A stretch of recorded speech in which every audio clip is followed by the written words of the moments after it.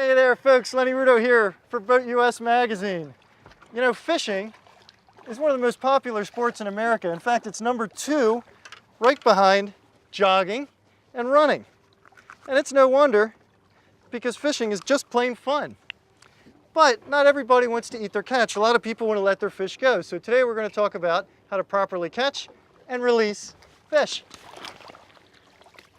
One of the first and most important things about catch and release fishing is that you get the fish back in the water quickly. Because the fish can't breathe out of the water.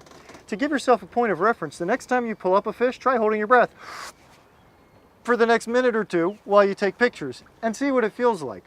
So, for demonstration purposes today, we have a different plan. We're going to use this fake fish. Another rule to keep in mind is you never want to handle a fish with dry hands. That removes their coating of slime, and that coating of slime is important. It's basically their protection against infection. So first, get your hands wet. Once your hands are wet, it's okay to handle the fish. Again, you don't want to remove the slime with a dry towel. A dry towel on the fish is bad. It will soak up the slime. First, get that towel saturated. Then you can use it to hold the fish. And if you put it over the fish's eyes, that often will calm the fish down and make it easier to do things like get the hook out. A good way to handle fish that don't have sharp teeth is to lip them. Simply put your thumb in its mouth and pinch down. That usually immobilizes the fish, makes it pretty easy to get the hook out. Now, what you don't want to do is turn the fish horizontal.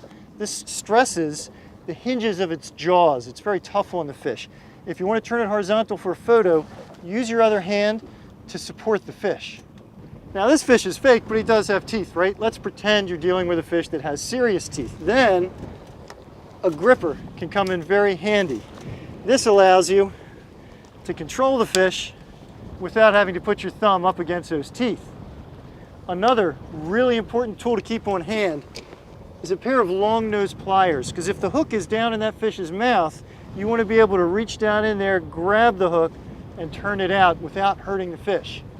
When a fish is hooked deeply in the throat, it's usually best not to mess with the hook at all. Simply clip the line as close to the fish's mouth as you possibly can and put it right back over the side. The hook will corrode away. When a fish seems lethargic, you can give it breath by pulling it in figure eights head first through the water. This pumps oxygen over its gills. Or you can hold its mouth open while the boat slowly moves forward through the water. When the fish bites down on your finger or kicks hard, that means it's ready to swim off. Another thing you need to know about, a lot of people make this mistake, don't slide your hand under its gill plate to hold the fish up. The fish's gills are its lungs. You don't want your fingers anywhere near them, so stick with those other methods of holding the fish that we've discussed. Another thing you do not want to do is use a nylon landing net like this with knots. Again, it goes back to the fish's slime. These knots will actually rub the slime off. It can really hurt the fish. If you want to net a fish that you're going to release, you really need to get a net that has a rubberized coating over the mesh that's made specifically for releasing fish. Now let's talk a little about hooks. Inline circle hooks like this, which are not offset, that is to say the point and the shank are in a straight line. Those are very good for catch and release fishing. They tend not to cause the fish to get hooked deep. They often get right in the corner of the jaw. Now, when you're fishing with a jig like this, pinch the barb down. That will make it much easier to get the hook out of the fish. And if you're fishing with a lure with treble hooks like these, well, you just shouldn't do that when you're catch and release fishing. These trebles get hooked all over the fish. They hook the inside and the outside at the same time. They really do a lot of damage. So if you plan on releasing fish, that is not the lure for you, not with those treble hooks. Well, folks, we hope you've enjoyed this video. Please feel free to leave your comments below. And don't forget to subscribe to the BoatUS Magazine YouTube channel.